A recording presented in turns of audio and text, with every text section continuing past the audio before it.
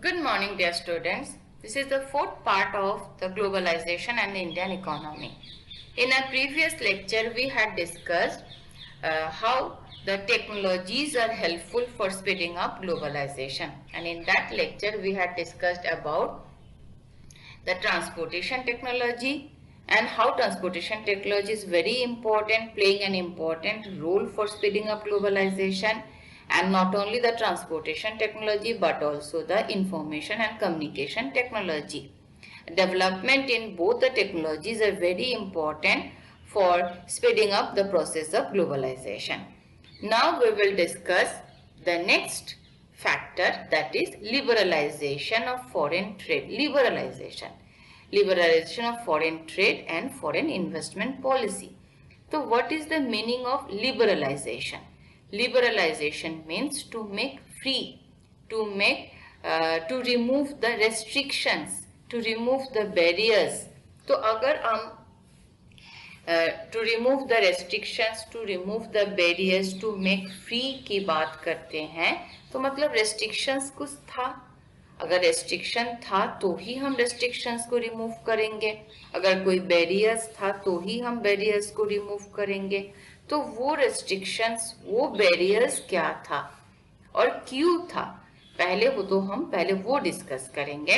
What are the restrictions, what are the barriers.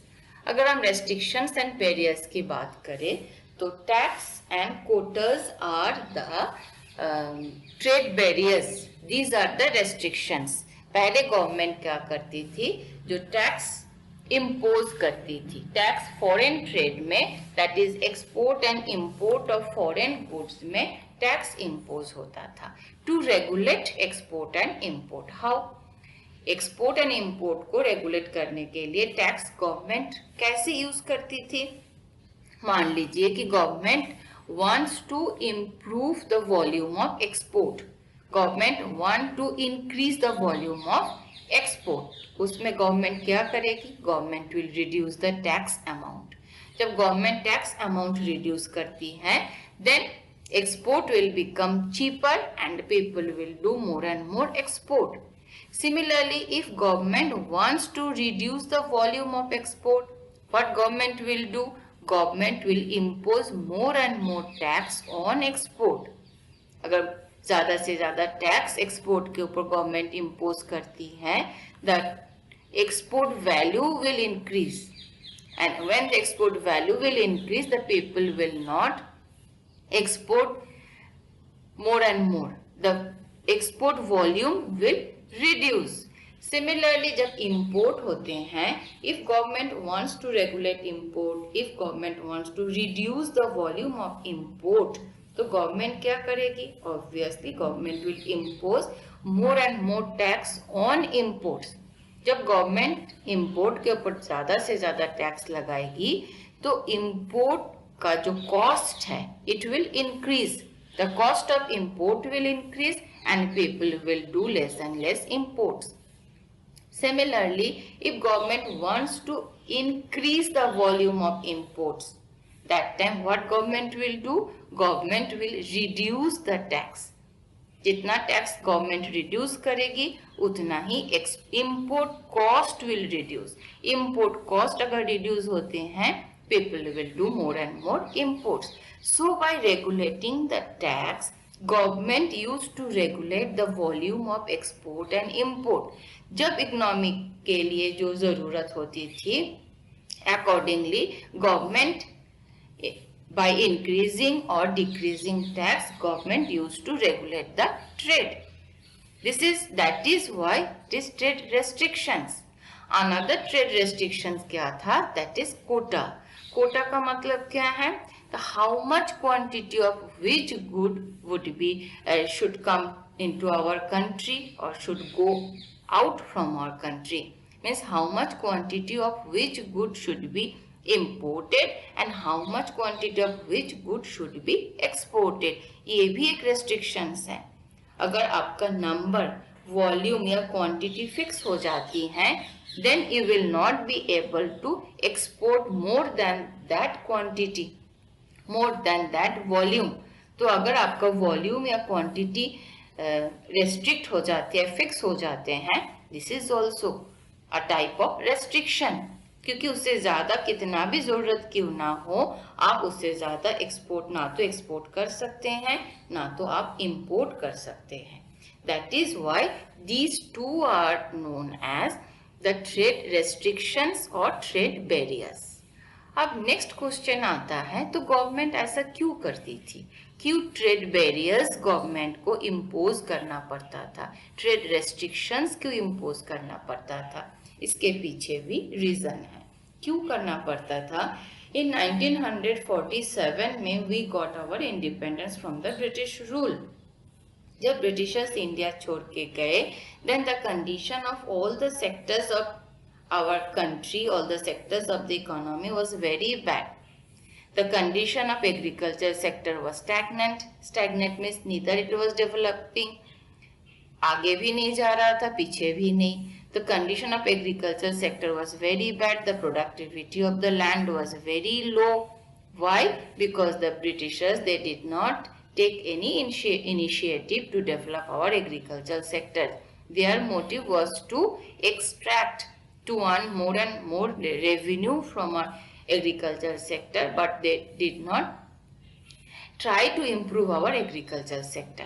इसलिए एक time के बाद एग्रीकल्चर सेक्टर का हालत बहुत खराब हो गया था, प्रोडक्टिविटी बहुत कम थी. Then sector was suffering from less productivity.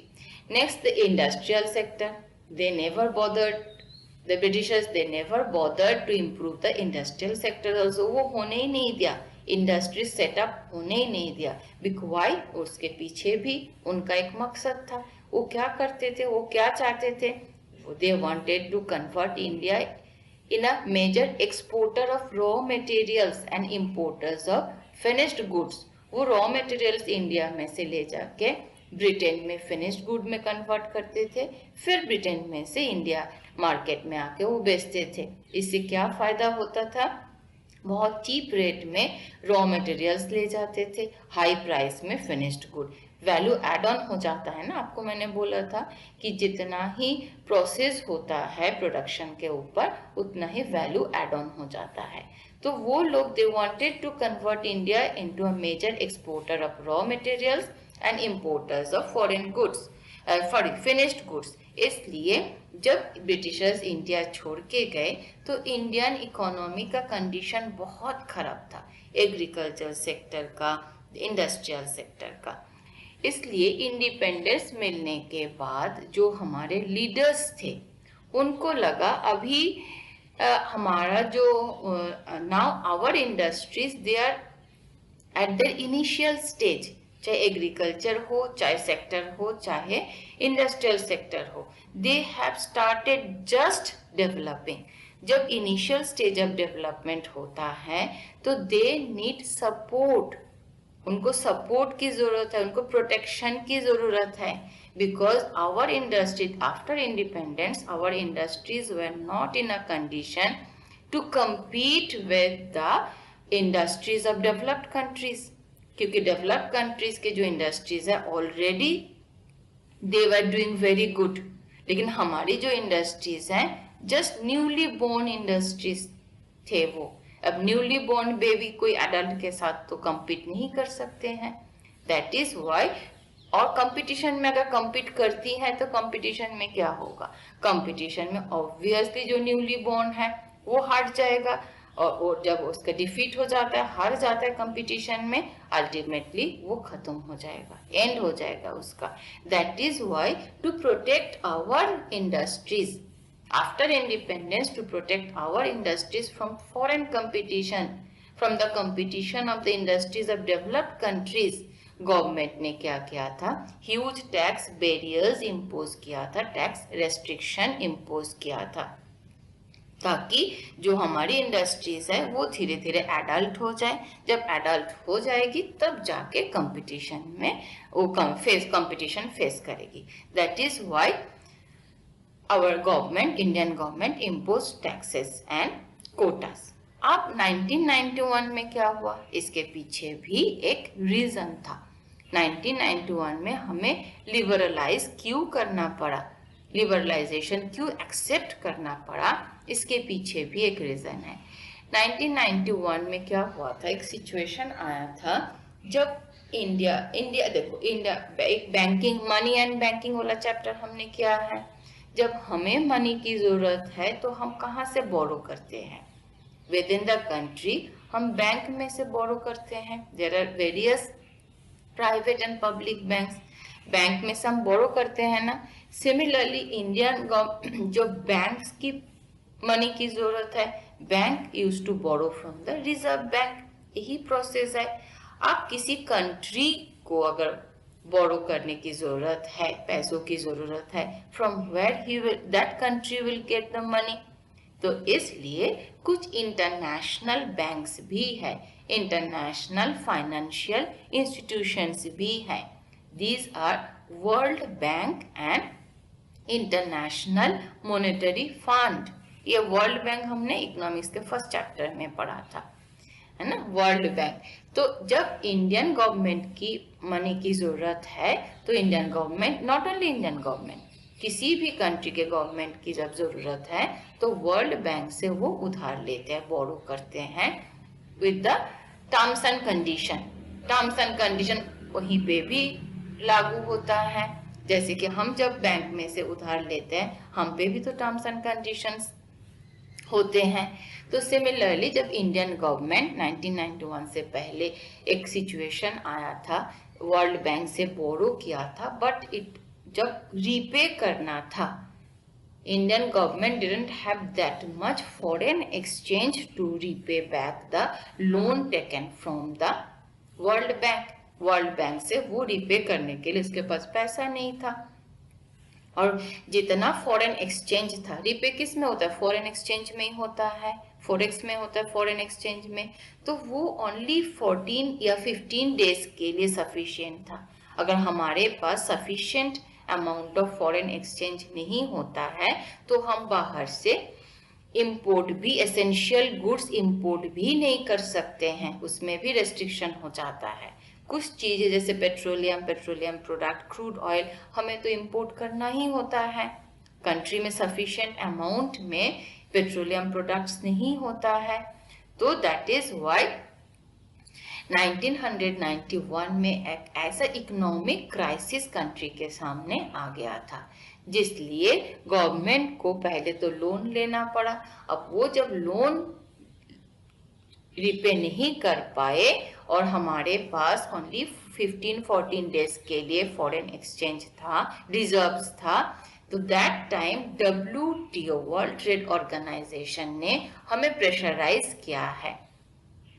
तो हम लूजिंग एंड में थे, तो इंडिया को प्रेशराइज किया है to liberalise the economy, to accept the liberalisation policy. Liberalisation policy means removing all the trade barriers और रेस्ट्रिक्शंस जो गवर्नमेंट ने पहले लगाए थे, trade barriers, restrictions to protect our industries, सारा बैरियर्स, रेस्ट्रिक्शंस को हटाना है, so that the trade can be made freely. Movement of goods and services can be a free movement, है ना। जो अगर बैरियर्स है, रेस्ट्रिक्शंस है, then the movement of goods and services will become restricted. अगर बैरियर्स नहीं है तो movement will become very easy, free flow होगा। That is why in 1991 में हमें लिबरलाइजेशन पॉलिसी को एक्सेप्ट करना पड़ा। And that time the ex Prime Minister Dr. Manmohan Singh, he was our finance minister. तो let us see what is written here. आप देखो liberalisation of foreign trade and foreign investment policy में क्या है। Tax on imports and quotas are example of trade barriers. Trade barriers were necessary after independence to protect the producers within the country from foreign competition. At this time, government only allowed import of essential items such as machines, fertilizers and petroleum. कुछ तो import हमें करना ही था क्योंकि country में sufficient resource नहीं था fertilisers, petroleum and machines का. Sorry. Around 1991, Indian government accepted the liberalization policy and enabling foreign producers to compete with domestic product. अब क्यों accept किया था? I told you the story. Government was compelled to accept liberalization policy in 1991 by the pressure of WTO. WTO ये भी एक world trade organisation जो एक international body है. And removing trade barriers or restrictions set by the government is called liberalization. This is the definition of liberalization. Removing trade barriers or restrictions set by the government. Trade barriers are the restrictions laid by the government to regulate the foreign trade. With these barriers, government decides what kind of goods and how much quantity of each good should come into the country. Now let us see the next, the pressure from the WTO or World Trade Organization. अब ये WTO World Trade Organization क्या है, कैसे pressurise करते हैं, we will discuss in our next video, next lecture. Now अब जो accept हुआ था 1991 में, जो हमें लिबरलाइजेशन प्रोसेस को एक्सेप्ट करना है, एक्सेप्ट हमने किया था 91 में, उसके पीछे ये वर्ल्ड ट्रेड ऑर्गेनाइजेशन का भी प्रेशर था. और वो प्रेशर क्यों था? I told you, due to the economic crisis India was facing in 1991. India did not have Indian foreign exchange, foreign reserves for fortnight. But without foreign reserves, India could not import the essential goods. तो वो essential goods import करने के लिए और world bank से हमें बोरो करना था. तो वर्ल्ड बैंक ने इस कंडीशन पे हमें बोरो, हमें लेंड किया था, मनी उधार में दिया था, that India will follow the liberalization policy. It will open the trade for all the countries of the world. So WTO rules had forced the developing countries, not only India, India के साथ साथ जितने भी developing countries हैं और WTO के जितने भी members developing countries, सबकी हालत एक ही है. वर्ल्ड बैंक से वो फिर बोरो करते थे, उधार चुकता नहीं, रिपे नहीं कर पाते थे, तो WTO प्रेशराइज करके force the developing countries to remove trade barriers. Thus, the developing countries have no choice other than accepting liberalization policies. तो उस टाइम 1991 में हमारे पास और कोई चॉइस नहीं था कि हम ऑप्शन देखें कि हम लिबरलाइजेशन एक्सेप्ट करेंगे कि नहीं करेंगे. हमारा जो सिचुएशन था, इकोनॉमिक क्राइसिस था, उस सिचुएशन में it was the best solution और कोई ऑप्शन था ही नहीं. How to meet up the expense of the country, expenditure of the country by taking loan from world bank. जब भी हम वर्ल्ड बैंक से लोन लेंगे, then we were forced, terms and condition होता है. टर्म्स एंड कंडीशन में क्या था? India has to liberalize the trade policy. I think this is clear to you. So in our next topic we will discuss what is World Trade Organization, what functions World Trade Organization is performing, about World Trade Organization. Thank you and have a good day.